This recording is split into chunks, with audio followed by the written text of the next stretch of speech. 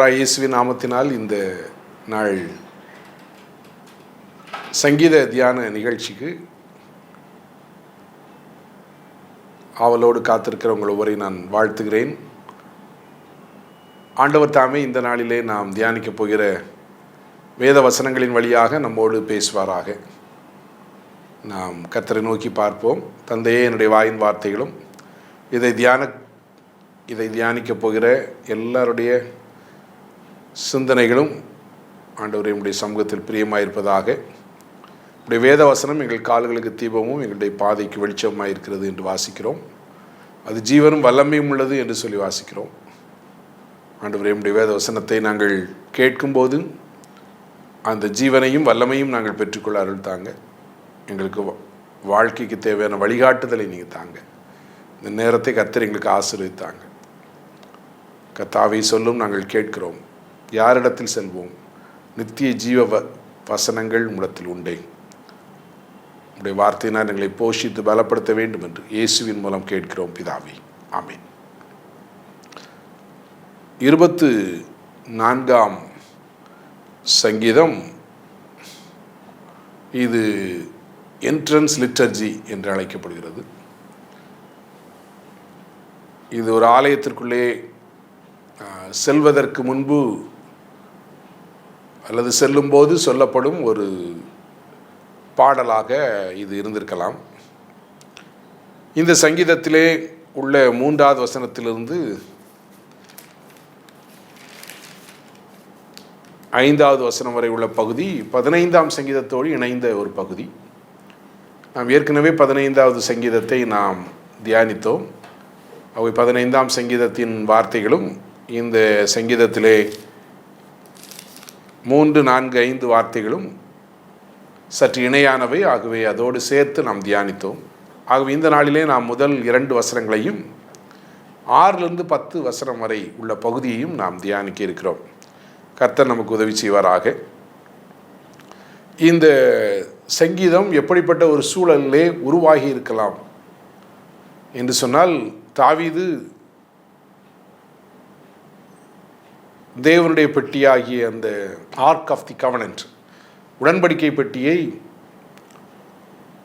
ஓபேத் ஏதோமுடைய வீட்டிலிருந்து திரும்ப எருசலேமுக்கு கொண்டு வரும்போது உருவாக்கப்பட்ட ஒரு பாடலாக இருக்கலாம் என்று பொதுவாக நினைக்கிறார்கள். 2 சாமுவேல் 6வது அதிகாரத்திலே இந்த ஒரு சூழல் நமக்கு கொடுக்கப்பட்டிருக்கிறது. ஆகவே உடன்படிக்கை பெட்டி சுமந்து வரப்படுகிற சூழலிலே ஆண்டவரை துதித்து பாடுகிற பாடல், எருசலேமுக்கு உள்ளே நுழையும் போது பாடுகிற பாடல், அல்லது எருசலேம் தேவாலயத்திற்கு கொண்டு வரும்போது பாடின பாடல் என்று கூட சொல்லலாம். இது நாளாவட்டத்திலே அரசன் பதவியேற்கும் நாள் ஒரு பாடலாக இது தொடர்ந்து பயன்படுத்தப்பட்டிருக்கலாம் என்று சொல்லி பொதுவாக ஆய்வாளர்கள் யோசிக்கிறார்கள். ஒவ்வொரு அரசனும் தன்னுடைய அபிஷேக நாளிலே அதை நினைவு கூர்ந்து செய்யப்படும் ஆராதனையிலே இது பாடப்பட்டிருக்கலாம் என்று சொல்லுகிறார்கள். இன்னும் இந்த பாடல் அது இஸ்ரவேல் மக்கள் பாபிலோனிலே இருந்த காலத்திலே வரப்போகிற காலத்திலே அங்கே ஒரு எருசலேமிலே தேவாலயம் கட்டப்படும். அப்பொழுது முன்பு உள்ளது போலவே மறுபடியும் ஒரு நல்ல சூழல் உருவாகும் என்று சொல்லி எதிர்பார்த்து பாடின ஒரு பாடல் என்று சொல்லி கூட இதை சொல்லுகிறார்கள். இந்த பாடல் ஏரோது கட்டின அந்த தேவாலயத்திலே ஞாயிற்றுக்கிழமை தோறும் பாடப்பட்ட பாடல் என்று சிலர் சொல்கிறார்கள். அவை தாவீதால் பாடப்பட்டு, பிறகு வந்த அரசர்களால் பாடப்பட்டு, பிறகு சிறையிருப்பின் காலத்திலே அவர்கள் திரும்பி வருகிறதை பற்றி யோசித்து எதிர்பார்த்து பாடி நம்பிக்கையை வெளிப்படுத்தின இந்த பாடல் பிறகு ஏரோது கட்டின அந்த தேவாலயத்திலே ஒவ்வொரு ஞாயிற்றுக்கிழமையும் பாடின ஒரு பாடல் என்று சொல்லி பொதுவாக யோசிக்கிறார்கள். இந்த சங்கீதத்தை குருத்தோலை ஞாயிறிலே கூட பாடியிருக்கிறார்கள், பாடுவதற்கு பயன்படுத்துகிறார்கள். திருச்சபை குருத்தோலை ஞாயிறிலே பாடுவதற்கு பயன்படுத்தியது. ஏனென்றால் இயேசு கிறிஸ்து அவர் அரசராக எருசலேம் வீதிகளிலே அவர் பவனி வந்தபோது, எருசலேமுக்கு நேராக வந்தபோது, எருசலேமினுள்ளே வந்தபோது இந்த பாடல் பாடப்பட்டிருக்கலாம் என்று சொல்கிறார்கள். திருச்சபை நமக்கு கிறிஸ்து பரமேறுதல் நாளிலே இந்த சங்கீதத்தை பயன்படுத்துகிறார்கள். இயேசு கிறிஸ்து உயிர்த்தெழுந்த பிறகு 40ஆவது நாளிலே அவர் பரலோக ராஜ்யத்துக்கு ஏறி சென்றார் என்று சொல்லி, மேகத்தின் மேல் ஏறி சென்றார் என்று சொல்லி நாம் அப்போஸ்தலர் நடபடிகளிலே நாம் வாசிக்கிறோம். ஆகவே அந்த பரமேறுதலை நினைவு கூர்ந்து பாடுகிற பாடல். ஏனென்றால் எபேசியர் 4ஆம் அதிகாரம் 8வது வசனத்திலே அவர் சிறைப்பட்டவர்களை சிறையாக்கி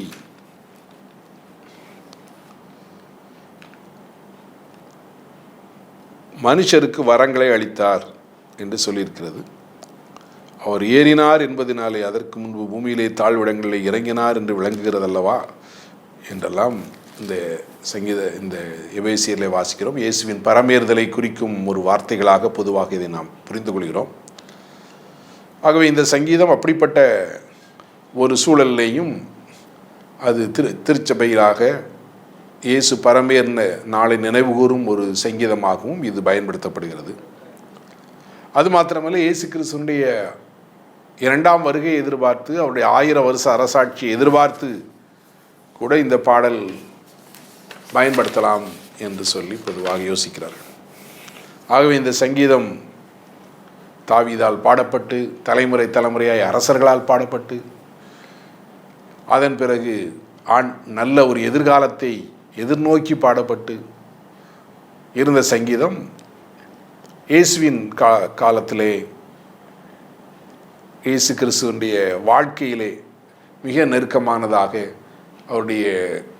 அவர் பவனி வந்த நாள், அதன் பிறகு அவர் பரத்திக்கேறின நாள், அவர் திரும்ப வரப்போகிற நாள், இதையெல்லாம் எதிர்பார்த்து பாடுகிற ஒரு பாடலாக அது இப்பொழுது திருச்சபையால், கிறிஸ்தவர்களால் அது பயன்படுத்தப்படுகிறது என்று சொல்லலாம்.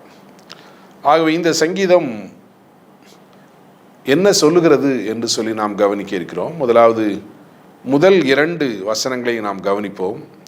பூமியும் அதன் நிறைவும் உலகமும் அதன் குடிகளும் கர்த்தருடையவைகள், அவரே அதை கடல்களுக்கு மேலாக அஸ்திவாரப்படுத்தி அதை நதிகளுக்கு மேலாக ஸ்தாபித்தார் என்று சொல்லப்பட்டிருக்கிறது.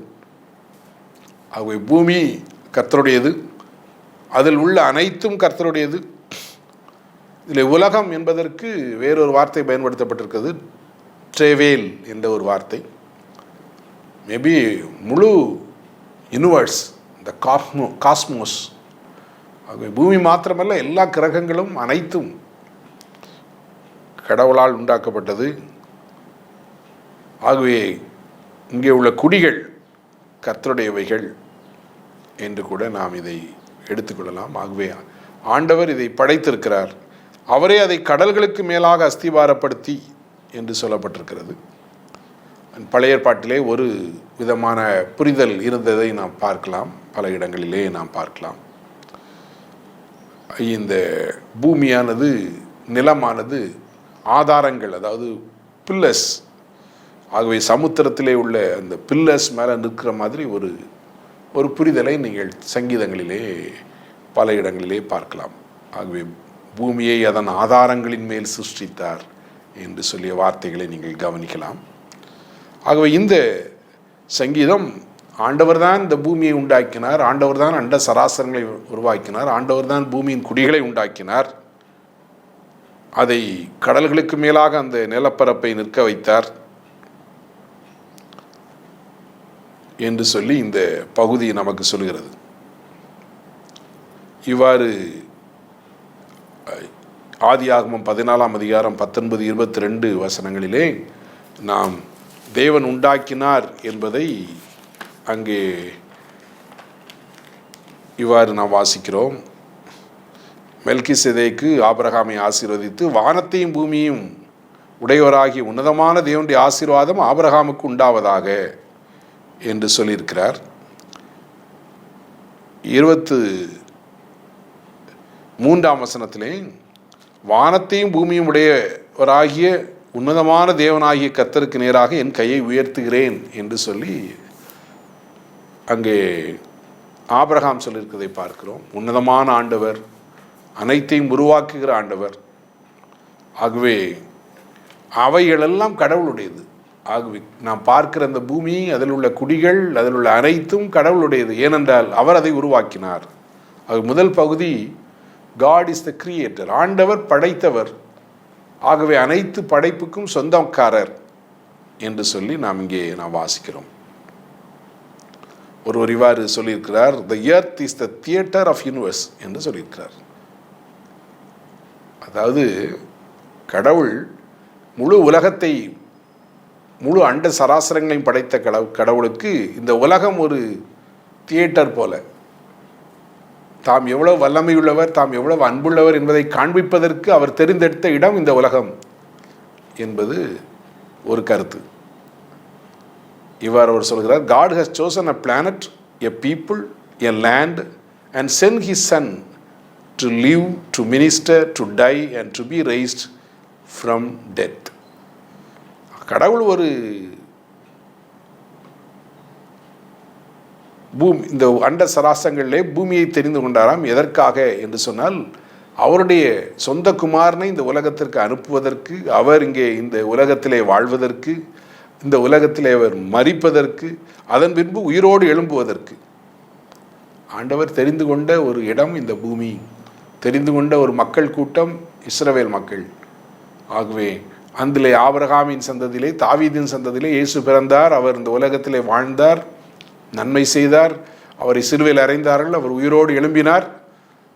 ஆகவே அவருடைய இந்த வாழ்வின் வழியாக he proved to the world, அவர் இவ்வாறு how loving he is, அவர் எவ்வளவு அன்புள்ளவர், எவ்வளவு வல்லமை உள்ளவர் என்பதை முழு அண்ட சராசரங்களும் காட்டுவதற்கு கடவுள் தெரிந்து கொண்ட ஒரு அருமையான ஒரு பூமி, அதிலே ஒரு தேசம், அதிலே ஒரு மக்கள் கூட்டம், அதிலே கடவுள் தம்முடைய சொந்த குமாரனை அனுப்பி தான் எவ்வளவு அன்புள்ளவர் என்பதை இந்த முழு உலகத்திற்கும் காண்பித்தார் என்று சொல்கிறார்கள்.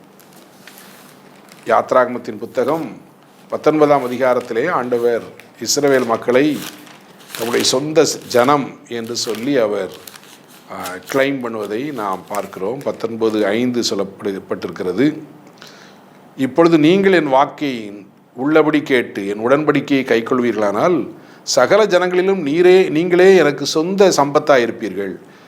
பூமியெல்லாம் என்னுடையது, நீங்கள் எனக்கு ஆசாரிய ராஜ்யமும் பரிசுத்த ஜாதியுமாய் இருப்பீர்கள் என்று நீ இஸ்ரவேல் புத்திரரோடே சொல்ல வேண்டிய வார்த்தைகள் என்றார். ஆகவே ஆண்டவர் சொன்னார், நீங்கள் என்னுடைய ஜனம், ஆகவே நான் உங்களை தெரிந்து கொண்டேன் என்று சொன்னார். ஆகவே தம்முடைய சொந்த குமாரனை அனுப்புவதற்காக கடவுள் தெரிந்து கொண்ட ஒரு மக்கள் கூட்டம் இஸ்ரவேல் மக்கள் என்று சொல்லலாம். அன்பானவர்களே, கடவுள் தம்முடைய அன்பையும் தம்முடைய ஞானத்தையும் தம்முடைய வல்லமையையும் காண்பிப்பதற்காக பூமியிலே ஒரு சிறு கூட்ட மக்களை ஆண்டவர் தெரிந்து கொள்கிறார். இந்த பூமியை ஆண்டவர் மனிதனுக்கு கொடுத்திருக்கிறார். அதை அனுபவிக்கக்கூடிய ஒரு கிருபை ஆண்டவர் கொடுத்திருக்கிறார். 1 தீமோத்தேயின் புத்தகத்திலே 6வது அதிகாரத்திலே ஆண்டவர் இவ்வாறு தீமோத்தேயுக்கு பவுல் எழுதுகிறார், இவ்வுலகத்திலே ஐஸ்வர்யம் உள்ளவர்கள் இருமாப்பான சிந்தையுள்ளவர்களாக இராமல் நிலையற்ற ஐஸ்வர்யத்தின் மேல் நம்பிக்கை வையாமல் நாம் அனுபவிப்பதற்கு சகல நன்மைகளையும் நமக்கு சம்பூர்ணமாய் கொடுக்கிற ஜீவனுள்ள தேவன் மேல் நம்பிக்கையாய் இருக்கவும் என்று சொல்லப்பட்டிருக்கிறது. ஆகவே இந்த பூமியை ஆண்டவர் மனுக்குலத்திற்கு கொடுத்திருக்கிறார். அதை அனுபவிக்கும் ஸ்லாக்கியம் நமக்கு கொடுத்திருக்கிறார். ஆகவே கொடுத்த அந்த ஆண்டவரை மறக்காமல், ஆகவே கொடுக்கப்பட்ட அந்த படைப்பின் மேல் நம்பிக்கை வைக்காமல், படைப்பை நமக்கு அனுபவிப்பதற்காக கொடுத்த ஆண்டவர் மேல் நம்பிக்கை வைத்து வாழும்படியாக இங்கே பவுல் தீமோத்தேயுக்கு எழுதுகிறதை பார்க்கிறோம். அன்பானவர்களே, ஆண்டவர் இந்த உலகத்தை படைத்தார். படைத்த ஆண்டவர்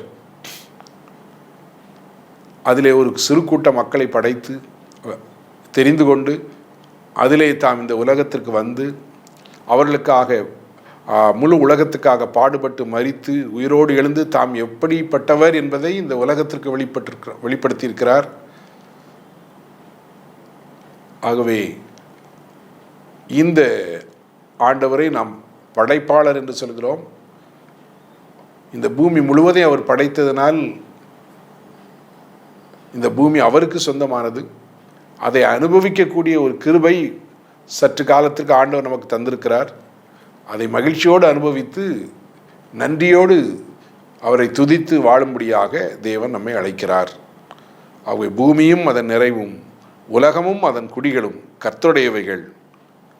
அவரே அதை கடல்களுக்கு மேலாக அஸ்திபாரப்படுத்தி அதை நதிகளுக்கு மேலாக ஸ்தாபித்தார் என்று நாம் வாசிக்கிறோம். ஆகவே இந்த முதல் 2 வசனமும் ஆண்டவர் படைப்பாளர் என்றும், ஆகவே இந்த பூமி அவருக்கு சொந்தமானது என்றும், அதை அனுபவிக்கக்கூடிய பாக்கியம்தான் நமக்கு தந்திருக்கிறார் என்றும், நாம் அதை நமக்கு தந்திருக்கிற தேவாதி தேவனை துதித்து மகிழ்ச்சியோடு வாழ வேண்டும் என்றும் நமக்கு கற்றுத்தருகிறது. இந்த 24ஆம் சங்கீதத்திலே 7வது வசனத்திலிருந்து 10வது வசனம் இவ்வாறு அது ஆரம்பிக்கிறது. வாசல்களே உங்கள் தலைகளை உயர்த்துங்கள், அநாதி கதவுகளை உயருங்கள், மகிமையின் ராஜா உட்பிரவேசிப்பார் என்று ஆரம்பிக்கிறது. இந்த மகிமையின் ராஜா என்ற இந்த வார்த்தை 7வது வசனத்திலிருந்து 10வது வசனம் வரை நீங்கள் பார்த்தால் 5 முறை திரும்ப திரும்ப வருகிறதை நீங்கள் கவனிக்கலாம். மகிமையின் ராஜா உட்பிரவேசிப்பார். யார் இந்த மகிமையின் ராஜா? அவர் 9வது வசனத்திலே மகிமையின் ராஜா உட்பிரவேசிப்பார். 10வது வசனத்திலே யார் இந்த மகிமையின் ராஜா? பிறகு அவரே மகிமையின் ராஜா. மெலக் ஹா காவோத் என்ற ஒரு வார்த்தையை எபிரேய மொழியிலே நாம் பார்க்கிறோம். மகிமையின் ராஜா, மகிமை, கனத்திற்குரியவர் என்றெல்லாம் அதை நாம் பொருள்படுத்தலாம். திரும்ப திரும்ப மகிமையின் ராஜா என்ற இந்த பதம் இங்கே வந்திருக்கிறது. மகிமையின் ராஜா என்பது அது கடவுளுடைய ஆளுகையை குறிக்கிறதாக வேத புத்தகத்திலே பல இடங்களிலே அது பயன்படுத்தப்பட்டிருக்கிறது. ஸோ இந்த காவோத் என்றால் க்ளோரி, மகிமையின் ராஜா. அவர் யுத்தத்திலே பராக்கிரமம் உள்ளவர் என்று சொல்லியும் நாம் வாசிக்கிறோம். யாக்வா யேசூஸ் என்ற ஒரு எபிரேய வார்த்தை பயன்படுத்தப்பட்டிருக்கிறது. அதாவது வல்லமையுள்ளவர், யுத்தத்திலே பராக்கிரமம் உள்ளவர். ஆகவே மகிமையின் ராஜா, அவர் யுத்தத்திலே வலிமையுள்ளவர். இவைகள் கடவுள் ஆளுகிறவர் என்ற ஒரு செய்தியை நமக்கு கொடுக்கிறது. ஆகவே தேவாதி தேவன் படைத்தவர், படைப்பை அனுபவிக்கும்படியாக நமக்கு கொடுக்கிறவர், அவருக்கு நன்றி செலுத்தி நாம் வாழ வேண்டும் என்ற அந்த முதல் 2 வசன செய்திக்கு பிறகு அவர் இந்த உலகை ஆளுகிறவர் என்று சொல்லப்பட்டிருக்கிறது. அவர் ராஜா, அவர் மகிமையின் ராஜா, அவர் பராக்கிரமம் உள்ள ராஜா, வலிமையுள்ள ஒரு ராஜா என்று சொல்லப்பட்டிருக்கிறது. அன்பானவர்களே, ஆண்டவரை நம்முடைய வாழ்விலே ஆளுவதற்கு ஒப்படைப்பது மிக முக்கியமான ஒரு அம்சம். நம்முடைய வாழ்வின் ஒவ்வொரு பகுதியையும் தேவன் ஆள வேண்டும் என்று அவருடைய சமூகத்திலே நம்மை அர்ப்பணிக்க வேண்டும். சில வேளைகளிலே நாம் வாழ்வின் சில பகுதிகளை தேவனுக்கு அர்ப்பணித்திருக்கிறோம். ஆனால் சில பகுதிகளிலே இன்னும் ஆண்டவருடைய ஆளுகை அங்கே இல்லை. அந்த பகுதியிலே ஆண்டவர் வேண்டாம் என்று யோசிக்கிறோம். ஏனென்றால் நாம் நம் விருப்பப்படி செய்ய வேண்டும் என்று யோசிக்கிறோம். மனம் திரும்புங்கள், பரலோக ராஜ்யம் சமீபித்திருக்கிறது என்று சொல்லப்பட்டிருக்கிறது.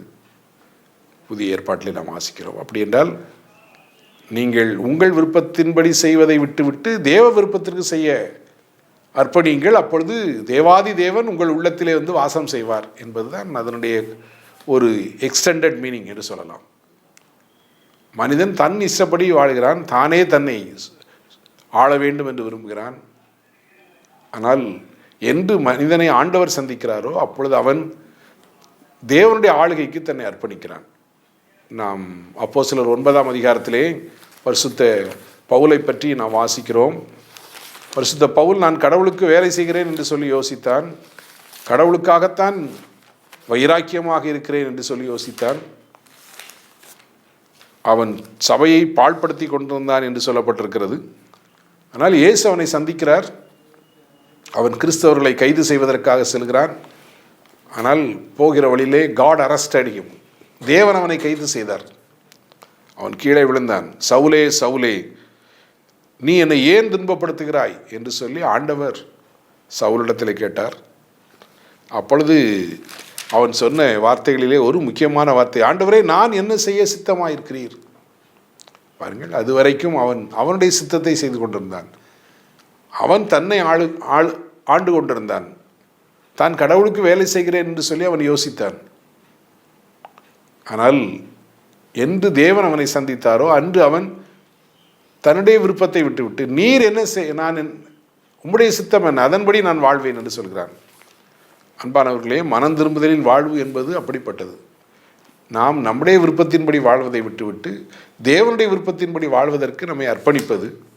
ஆகவே இங்கே கடவுளுடைய ஆளுகை பற்றி சொல்லப்பட்டிருக்கிறது. மகிமையின் ராஜா, வல்லமையின் ராஜா, அவர் நம்மை ஆளுகிறவர். நம்முடைய வாழ்விலே நாம் நமக்கு தெரிந்தவர்கள் என்று யோசித்து கொண்டால், தெரிந்தவர்கள், நண்பர்கள், உறவினர்கள், உடன்பிறப்புகள் என்றெல்லாம் நாம் எடுத்துக்கொண்டால், ஒருவேளை வீட்டிலே நாம் கொஞ்சம் தெரிந்தவர்களை ஒரு நிலையிலே வைத்து நாம் பேசுகிறோம். அதன் பிறகு இன்னும் தெரிந்தவர்கள், நெருக்கமானவர்கள் நம்முடைய வீட்டின் எல்லா பகுதிக்கும் வருகிறார்கள். அதே போல தேவன் நம்முடைய வாழ்வின் ஒவ்வொரு பகுதியையும் அவர் ஆளுகை செய்ய விரும்புகிறார். அப்படி என்றால் ஒவ்வொரு பகுதியும் ஆசீர்வதிக்கப்படுகிறது. ஒவ்வொரு பகுதியின் வழியாக பிறர் ஆசீர்வதிக்கப்படுகிறார்கள். நம்முடைய தனிப்பட்ட வாழ்வு என்று அல்ல, எல்லாமே இயேசுவை சார்ந்த வாழ்வாக நம்முடைய தனிப்பட்ட வாழ்வு, குடும்ப வாழ்வு, த professional life, family life, personal life, in the relationship, in every aspects, God has to rule us. அது ஒரு பெரிய ஆசீர்வாதமான ஒரு வாழ்க்கை. அதற்கு நம்மை அர்ப்பணிக்கும்படி ஆண்டவர் நம்மை அழைக்கிறார். ஆகவே இந்த பூமி நமக்கு தேவனால் உருவாக்கப்பட்டது, நாம் அனுபவிக்கும்படியாக கொடுக்கப்பட்டிருக்கிறது. ஆகவே அதை சந்தோஷமாய் அனுபவித்து ஆண்டவருக்கு நன்றி சொல்லி வாழும்படியாக நாம் அழைக்கப்படுகிறோம். இரண்டாவதாக, தேவன் மகிமையின் ராஜா, அவர் வல்லமையுள்ள அரசர். அவருடைய ஆளுகைக்கு நம்மை அர்ப்பணித்து அவருக்கு சித்தமானதை செய்யும்போது நாமும் மகிழ்ச்சியோடு இருக்கிறோம். ஆகவே தான் பவுல் சொன்னார், தேவனுடைய ராஜ்யம் புசிப்பும் குடிப்பும் அல்ல, அது நீதியும் சமாதானம் பரிசுத்தாவினால் உண்டாக சந்தோஷமாயிருக்கிறது என்று சொல்லி, நாம் நம்முடைய விருப்பத்தின்படி செய்வதை விட்டுவிட்டு தேவனுடைய விருப்பத்தின்படி செய்வதற்கு நம்மை அர்ப்பணித்தால் நாம் மகிழ்ச்சியோடு வாழ்கிறோம், சமாதானத்தோடு வாழ்கிறோம், கனி கொடுக்கும் ஒரு வாழ்வு வாழ்கிறோம், பிறரும் ஆசீர்வதிக்கப்படுகிறார்கள். ஆகவே இந்த பகுதி தேவன் ஆளுகிறவர், அவர் படைப்பாளர் மாத்திரமல்ல, அவர் ஆளுகிறவர் என்று சொல்லி நமக்கு சொல்கிறது. அடுத்த ஒரு நிலையிலே இதை நாம் தியானித்தால், அவர் யுத்தத்தில் பராக்கிரம் உள்ள கர்த்தர். நாம் யாத்ராகமத்தின் புத்தகம் 15ஆம் அதிகாரம் 3வது வசனத்திலே இதை ஏன்ஷியன்ட் ஹிம் என்று சொல்கிறார்கள். பழைய ஒரு பாடல் என்று சொல்லி பொதுவாக இது வேத ஆய்வாளர்களால் கருதப்படுகிறது. செங்கடலை கடந்தபோது அவர்கள் பாடின பாடல். இந்த பாடலிலே கர்த்தர் யுத்தத்திலே வல்லவர், கர்த்தர் என்பது அவருடைய நாமம், கர்த்தர் என்றால் யெகோவா என்பது அவருடைய நாமம் என்று சொல்லப்பட்டிருக்கிறது. அன்பானவர்களே, நம்முடைய ஆண்டவர் அவர் படைப்பாளர் மாத்திரமல்ல, அனைத்து படைப்புக்கும் சொந்தக்காரர் மாத்திரமல்ல, ஆளுகிறவர் மாத்திரமல்ல, அவர் போர் செய்கிறவர், அவர் யுத்தம் செய்யும் ஒரு ஆண்டவர் என்று சொல்லி நாம் வேதத்திலே இங்கே வாசிக்கிறோம்.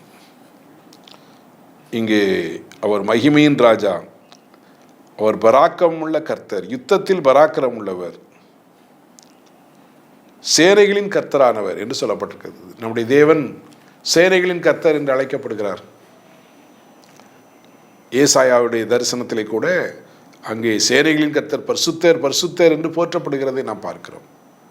வேத புத்தகத்திலே ஆண்டவர் படைகளின் ஆண்டவர் என்று சொல்லப்பட்டிருக்கிறது. அதாவது சேனைகளின் கர்த்தர் என்பது பொது மொழிபெயர்ப்பிலே படைகளின் ஆண்டவர் என்று சொல்லப்பட்டிருக்கிறது. ஆண்டவருக்கு படைகள் இருக்கிறது என்று சொல்லி வேதம் நமக்கு சொல்கிறது. லூக்கா 2ஆம் அதிகாரம் 14வது வசனத்திலே தேவதூதர்களை படைகள் என்று விவரிக்கிறது. பரமசேனையின் திரள் என்று நாம் வாசிக்கிறோம். ஆதியாகமம் 2வது அதிகாரம் 1வது வசனத்திலே சர்வ சேனையும் உண்டாக்கப்பட்டு தீர்ந்தன என்று சொல்லி இயற்கையை கடவுளுடைய சேனை என்று சொல்லி நாம் பார்க்கிறோம். 1 சாமுவேலின் புத்தகம் 17ஆம் அதிகாரம் 26வது வசனத்திலே இஸ்ரவேல் மக்கள் ஜீவனுள்ள தேவனுடைய சேனை என்று அழைக்கப்படுகிறார்கள். ஆகவே சேனைகளின் கர்த்தர், அவர் போர் செய்யும் ஒரு ஆண்டவர், நமக்காக யுத்தம் செய்பவர். சத்துரு வெள்ளம் போல வரும்போது கர்த்தருடைய ஆவியானவர் நமக்காக கொடியேற்றுகிறார் என்று சொல்லி நாம் வாசிக்கிறோம். பரம சேனையின் திரள் அவரோடு உண்டு. எலிசாவை பிடிப்பதற்காக போர் வீரர்கள் வந்தபோது எலிசா தன்னை சுற்றிலும் இருக்கிற அந்த ரதங்களையும் குதிரை வீரர்களையும் அவன் பார்த்தான். அக்கினிமயமான ரதங்களையும் குதிரை வீரர்களையும் அவன் பார்த்தான். அவன் வேலைக்காரன் பார்க்க வேண்டும் என்று கடவுள் அவனுடைய கண்களை திறக்க வேண்டும் என்று ஜெபித்ததாக நாம் பார்க்கிறோம். தானியேலுக்கு உதவியாக மிகாவேல் வந்ததாக வேதம் நமக்கு சொல்கிறது. சனகரி படையெடுத்து வந்தபோது தேவதூதன் வந்து அந்த சனகரி படையின் அந்த போர் வீரர்களை எல்லாம் ஒரே நாள் இரவிலே சங்கரித்ததாக வேதம் சொல்கிறது. ஆகவே ஆண்டவர் தம்முடைய தூதர்களை தம்முடைய மக்களுக்கு ஆதரவாக அவர் உயர்த்துகிறார். அன்பானவர்களே, இங்கே வாசல்களே உங்கள் தலைகளை உயர்த்துங்கள் என்று சொல்லப்பட்டிருக்கிறது. மார்ட்டின் லூத்தர் இவ்வாறு மொழிபெயர்க்கிறாராம்: ஓப்பன் வைட் த போர்ட்டல்ஸ். அதாவது நிலையை உயர்த்துறது இல்லை, வாசல்களை அகலமாக்குங்கள். அதாவது சரியாக சொன்னால் அதனுடைய பொருள், தேவனை வரவேறுங்கள். Give a hardly welcome to the Lord. தேவனுக்கு ஒரு பெரிய வரவேற்பு கொடுங்கள் என்று சொல்வது போல இருக்கிறது. அன்பானவர்களே, இயேசு கிறிஸ்து முதலாவது இந்த உலகத்திற்கு வந்தார். உலகம் அவரை ஏற்றுக்கொள்ளவில்லை. அவருக்கு சொந்தமானவர்கள் அவர்களை ஏற்றுக்கொள்ளவில்லை. he was rejected Messiah. அவர் இயேசு கிறிஸ்து அவர் பரலோகத்திற்கு சென்றார். அங்கே அவர் கனப்படுத்தப்படுகிறார். பிதாவானவர் எல்லா நாமத்திற்கு மேலான நாமத்தை அவருக்கு கொடுத்தார். அந்த ஆண்டவராய் இயேசு திரும்ப இந்த உலகத்திற்கு வரப்போகிறார். அன்பானவர்களே, அந்த நேரத்திலே அவரை ஏற்றுக்கொள்ளாதவர்கள் அவரை கண்டு புலம்புவார்கள் என்று வேதம் நமக்கு சொல்கிறது.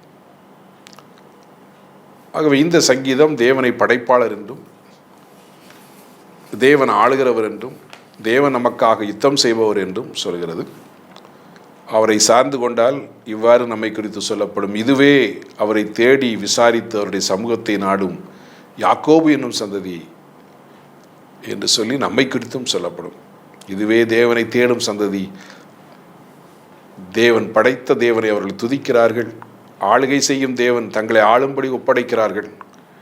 அவர்களுக்காக அவருடைய ஆண்டவர் போர் செய்கிறார் என்று சொல்லி இந்த சங்கீதத்தை நாம் புரிந்து கொள்ளலாம். ஆண்டவர் இந்த வார்த்தைகளால் நம்மை ஆசீர்வதிப்பாராக. ஆமென்.